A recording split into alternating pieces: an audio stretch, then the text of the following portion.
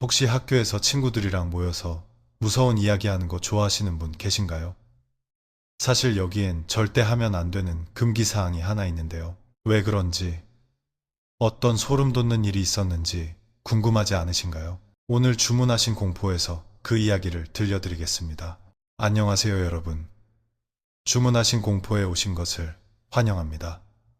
저는 11엘 씨입니다.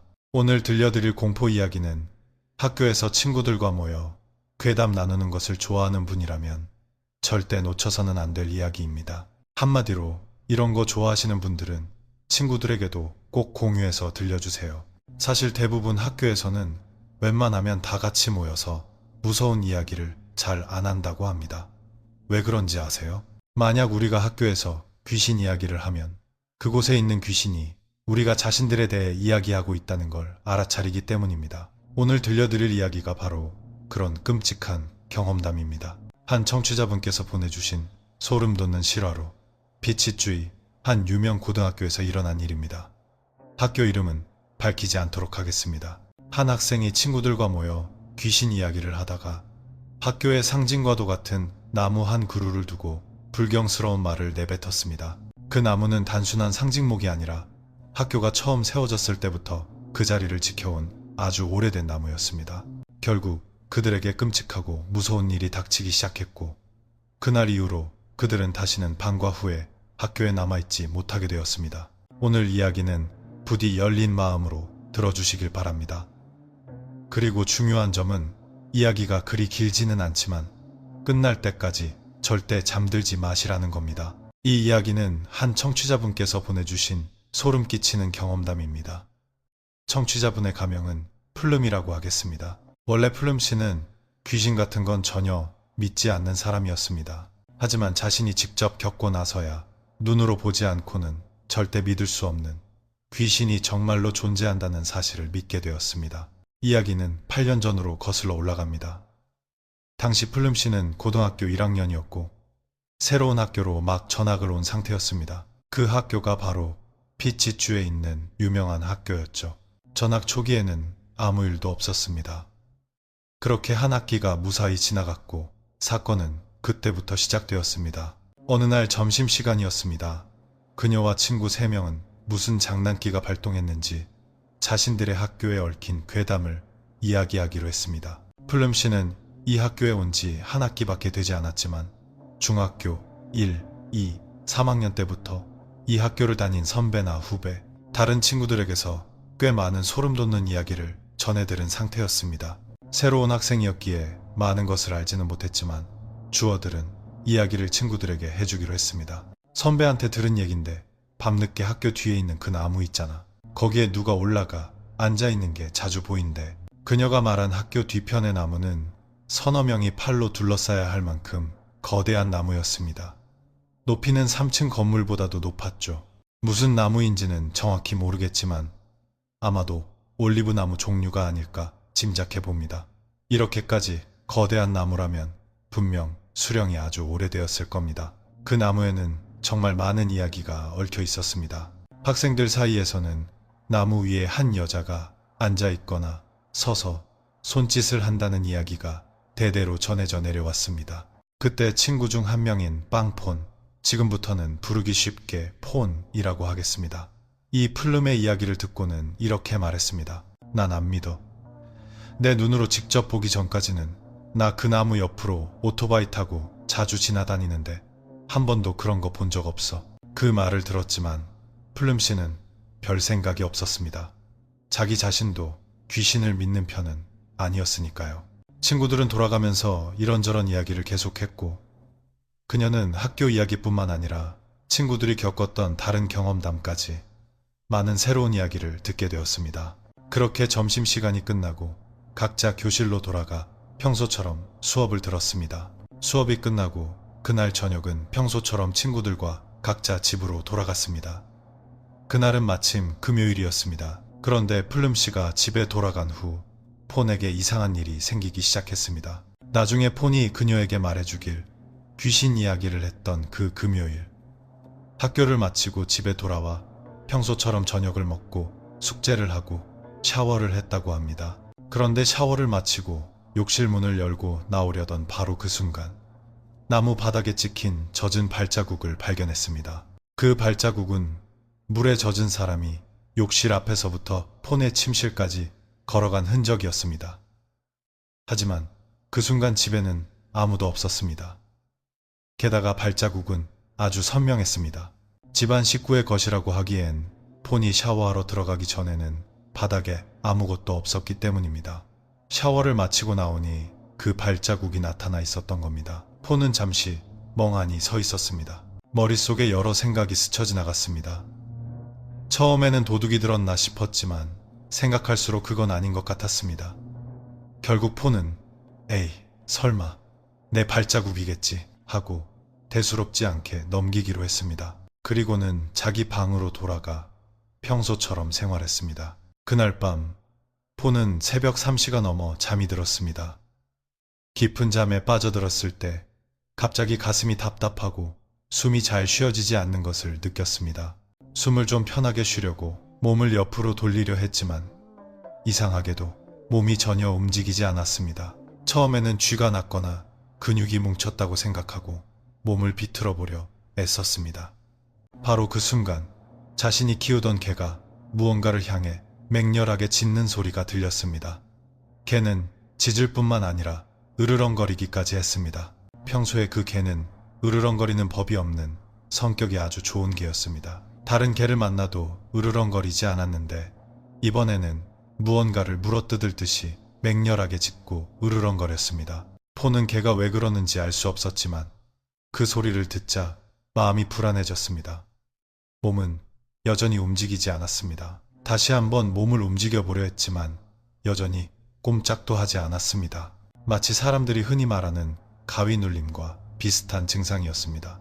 갑자기 몸이 움직이지 않으면 귀신에게 눌린 것이라고들 하죠. 막상 자신이 그런 상황에 처하자 폰은 어찌할 바를 몰랐습니다. 결국 마음속으로 기도를 시작했습니다. 그런데 기도를 시작한 지 얼마 되지 않아 한 여자의 목소리가 귓가에서 속삭였습니다. 왜 기도를 해? 넌 안 믿잖아. 부처님도 널 못 도와줘. 그 순간 폰은 온몸이 마비되는 듯한 충격에 휩싸였습니다. 태어나서 이렇게까지 큰 공포를 느껴본 것은 처음이었습니다. 폰은 차마 눈을 뜰 용기도 나지 않아 그저 눈을 질끈 감고 마음속으로 아빠와 엄마의 얼굴을 떠올리며 비명을 질렀습니다. 아빠, 엄마, 저 좀 살려주세요. 무서워요. 너무 무서워요. 몇 초 후 무슨 일이 일어났는지는 모르겠지만 폰은 숨이 트이고 몸을 움직일 수 있게 되었습니다. 몸이 자유로워지자마자 그녀는 눈을 번쩍 뜨고 바로 휴대폰을 집어 플름에게 전화를 걸었습니다. 그때 플름 씨는 막 잠이 든 지 얼마 되지 않은 상태였습니다. 전화벨 소리에 벌떡 일어나 몽롱한 상태로 전화를 받았습니다. 전화를 받자마자 폰에 겁에 질린 목소리가 수화기 너머로 터져 나왔습니다. 야, 나 좀 데리고 가서 사과 좀 하게 해줘. 나 귀신 들렸어. 귀신 들렸다고. 비몽사몽하던 플름 씨는 그 소리에 잠이 확 깼습니다. 뭐라고? 너 무슨 일이야? 무슨 일인데? 얘기해봐. 하지만 폰은 당장 설명하지 않고 내일 얘기해줄게. 잊지 마. 내일 나랑 같이 가줘야 돼. 라고만 말했습니다. 당시 영문을 몰랐던 플름 씨는 그저 알았어. 내일 얘기해줘. 라고 대답했고 폰은 전화를 끊었습니다. 다음날 아침, 그날은 토요일, 휴일이었습니다. 플름 씨와 폰은 학교에 가서 사과하기로 약속했습니다. 하지만 플름 씨에게 갑자기 가족 행사가 생겨 오전에 시간을 낼 수 없게 되었습니다. 오전에 가려던 폰의 계획은 미뤄질 수밖에 없었습니다. 혼자서는 갈 용기가 나지 않았기 때문이죠. 플름 씨가 일이 끝난 것은 오후 4시였습니다. 일이 끝나자마자 폰이 오토바이를 타고 집으로 데리러 왔습니다. 그들은 화환, 제기, 그리고 향과 초 같은 것들을 준비했습니다. 모든 준비가 끝나자 폰은 그녀를 태우고 학교로 향했습니다. 학교로 가는 길에 폰은 간밤에 겪었던 일을 차근차근 설명해 주었습니다.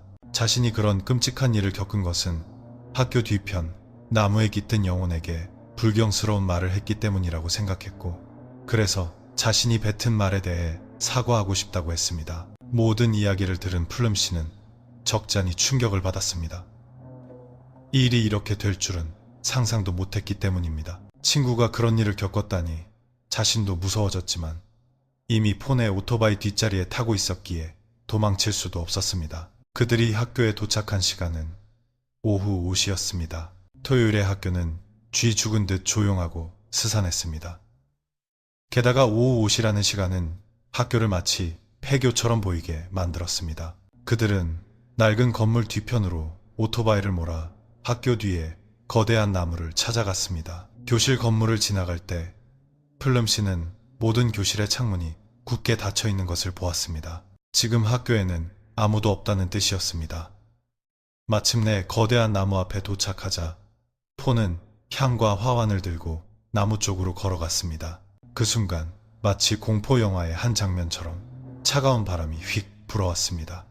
플럼 씨는 오싹함을 느끼며 온몸에 소름이 돋았습니다. 너무 무서워서 차마 가까이 다가가지 못하고 뒤에서 지켜보기만 했습니다. 폰은 준비해온 물건들을 내려놓고 불을 붙이기 위해 향을 꺼내 들었습니다. 하지만 한참을 지켜봐도 폰은 향에 불을 붙이지 못했습니다. 결국 플럼 씨는 다가가 손으로 바람을 막아주었지만 여전히 불은 붙지 않았습니다. 그녀는 똑똑히 보았습니다. 폰이 라이터를 향해 한참 동안 대고 있었지만 불꽃은 피어오르지 않았습니다. 그래서 플럼 씨가 말했습니다. 야, 먼저 사과하러 왔다고 말씀드려보는 게 어때? 그 말을 듣고 폰은 향과 라이터를 내려놓고 두 손을 모아 신성한 존재에게 기도를 올렸습니다. 저는 진심으로 사죄하러 왔습니다. 부디 제가 향에 불을 붙일 수 있도록 도와주십시오. 그러고 나서 폰은 다시 향과 라이터를 집어들고 불을 붙였습니다. 이번에는 단 몇 초 만에 플럼 씨가 바람을 막아주지 않았음에도 불구하고 향에 불이 붙었습니다. 폰은 그 거대한 나무 아래 앉아 사죄의식을 시작했습니다. 인터넷에서 찾아본 의식 절차를 그대로 따랐습니다. 휴대폰을 보며 어떤 물건을 준비해야 하는지, 향은 몇 개를 피워야 하는지, 어떤 주문을 외워야 하는지 확인하며 주문을 외기 시작했습니다. 그동안 플럼 씨는 주변 교실 건물을 둘러보았습니다. 방과 후에, 그것도 토요일에 학교에 남아본 적은 한 번도 없었기 때문입니다. 그렇게 주변을 둘러보던 중 그녀는 한 교실의 창문이 열려있는 것을 발견했습니다. 기억이 맞다면 그 교실은 고3 2반 교실이었습니다. 그녀는 고1 4반이었는데 그 교실이 나무와 정면으로 마주보고 있었고 한층 위가 고3 교실이었기 때문입니다. 잠시 그곳을 바라보고 있는데 한 여학생이 창문 틈으로 걸어 나오는 것을 보았습니다. 단발머리를 한 여학생이 교실 안에서 천천히 걸어 나와 창가에 멈춰 섰습니다. 그녀는 위층에 사람이 있다는 사실에 살짝 놀랐습니다. 정말 사람인지 확인하기 위해 조금 더 가까이 다가가 보았습니다. 하지만 그녀가 가까이 다가가는 순간 그 여학생은 천천히 뒷걸음질 치더니 교실 안으로 사라졌습니다. 마치 그 여학생도 자신을 훔쳐보고 있었던 것 같았습니다. 플럼 씨는 폰에게 돌아가 폰이 의식을 마칠 때까지 기다렸습니다. 의식이 끝나자 그녀는 폰에게 말했습니다. 야, 이리 와서 좀 봐봐. 방금 저기 고3 2반 창문에서 사람 봤어. 이 시간에 아직도 사람이 있나 봐. 그녀는 폰을 데리고 고3 교실 창문이 열려있던 곳으로 갔습니다. 폰이 위를 올려다보며 말했습니다. 어디? 아무것도 없는데? 누가 이 시간에 건물 위에 올라가 있겠어. 벌써 저녁인데. 있었으면 벌써 나왔겠지. 폰이 있었으면 벌써 나왔겠지라고 말을 끝마치는 순간 플럼 씨는 한 여자의 얼굴이 창문에서 서서히 나타나는 것을 보았습니다. 이번에 그 여자는 입이 귀에 걸릴 듯 활짝 웃고 있었습니다. 하지만 더 무서운 것은 얼굴과 목 아래로는 온통 새까맣다는 것이었습니다. 마치 온몸이 새까맣게 타버린 듯 목과 머리 부분만 평범한 사람의 모습이었습니다. 그 광경을 본 플럼 씨는 충격에 빠져 폰을 그 자리에 내버려둔 채 비명을 지르며 도망치기 시작했습니다. 그 순간에는 친구를 버리고 싶었던 게 아니라 정말 너무 놀라서 자신도 모르게 몸이 움직였다고 합니다. 그녀는 미친 듯이 오토바이로 달려갔습니다. 오토바이에 도착해서 돌아보니 폰은 여전히 그 자리에 멍하니 서 있었습니다. 얼굴에는 충격과 혼란이 뒤섞여 있었습니다. 플럼 씨는 다시 달려가 폰을 끌고 오토바이로 데려오며 소리쳤습니다. 빨리 돌아가자. 오토바이에 올라타자마자 그녀는 폰에게 당장 출발하라고 재촉했습니다. 폰은 영문을 모른 채 오토바이를 출발시켰습니다. 왜 그래? 뭘 보고 도망친 거야? 그녀는 일단 묻지 말고 운전이나 해 라고 소리쳤습니다. 마치 폰은 자신이 본 것을 전혀 보지 못한 것 같았습니다. 폰은 그저 뭐가 있는데 라며 주위를 둘러볼 뿐 그 여자를 보지 못한 듯 했습니다. 폰은 오토바이를 몰아 학교를 빠져나왔습니다. 돌아가는 길에는 그 건물을 다시 지나쳐야 했습니다. 플룸 씨는 무서웠지만 그 여자가 아직도 거기에 있는지 확인하고 싶었습니다. 오토바이가 건물을 지나치는 순간 그녀는 고개를 돌려 고3 2반 창문을 다시 쳐다보았습니다. 하지만 창문은 열려 있지 않았습니다. 모든 창문이 굳게 닫혀 있었고 건물 안에는 사람의 흔적조차 보이지 않았습니다. 학교를 완전히 빠져나오고 나서야 그녀는 자신이 본 것을 폰에게 이야기해 주었습니다. 한 여자가 얼굴을 내밀었는데 몸이 새까맣게 타 있었다는 이야기를 듣고 폰은 자신은 아무것도 보지 못했다고 말했습니다. 오직 플룸 씨만이 그 광경을 본 것이었습니다. 그럼에도 불구하고 그녀는 자신이 본 것이 정말 귀신인지 확신할 수 없었습니다. 이런 것을 본 적도 느껴본 적도 없었기 때문입니다. 집에 돌아와서도 그녀는 자신이 본 광경에 대해 혼란스러웠습니다. 다음 날은 일요일이었습니다. 그녀와 친구들은 약속 없이 각자 가족과 시간을 보냈습니다. 그리고 월요일, 그녀는 우연히 한 아주머니를 만났습니다. 그 아주머니는 바로 그 건물을 청소하는 분이었습니다. 그녀는 다가가서 물었습니다. 아주머니, 토요일이나 일요일에 이 건물에 선생님들 계시나요? 아주머니는 대답했습니다. 주말에는 아무도 없어. 선생님들은 다 교무실에 계시지. 주말에는 건물 다 폐쇄하고 아무도 못 올라가. 선생님들도 안 올라가시고 학생들도 못 올라가게 해. 그 말을 듣고 나서야 그녀는 확신했습니다. 자신이 본 것은 절대로 사람이 아니었다는 것을, 그리고 헛것을 본 것도 아니었습니다. 똑똑히 2번이나 봤으니까요. 그날 이후 그녀는 방과 후에는 즉시 집으로 돌아갔고 다시는 오후 6시 이후에 그 건물에 머무르지 않았습니다. 이것이 그녀와 친구가 겪은 첫 번째 경험이었습니다. 하지만 이게 끝이 아니었습니다. 그 기이한 사건 이후로도 설명할 수 없는 다른 사건들이 계속해서 따라왔습니다. 이 사건은 첫 번째 사건이 있고 얼마 지나지 않아 일어났습니다. 그날은 컴퓨터 수업이 있었고 과제를 제출하기 위해 학교 가장 뒤편에 있는 6호관 건물로 가야 했습니다. 그녀는 폰과 다른 두 친구, 총 4명이 함께 과제를 내러 갔습니다. 시간은 오후 4시쯤이었습니다. 그 시간에도 학교에는 학생들이 드문드문 남아 있었습니다. 그들이 과제를 내러 간 6호관 건물은 평범한 학교 건물처럼 5층 높이에 양쪽에 계단이 있는 구조였습니다. 그녀와 친구들은 화장실 옆에 있는 계단으로 올라갔습니다. 올라가는 도중 그들은 우연히 2명의 여학생이 다정하게 장난치고 있는 것을 보았습니다. 마치 연인 사이처럼 보였습니다. 그 두 여학생은 중학교 교복을 입고 있었고 머리는 하나로 묶고 앞머리를 내린 꽤 귀여운 외모였습니다. 두 사람 모두 피부가 유난히 하얗고 창백했습니다.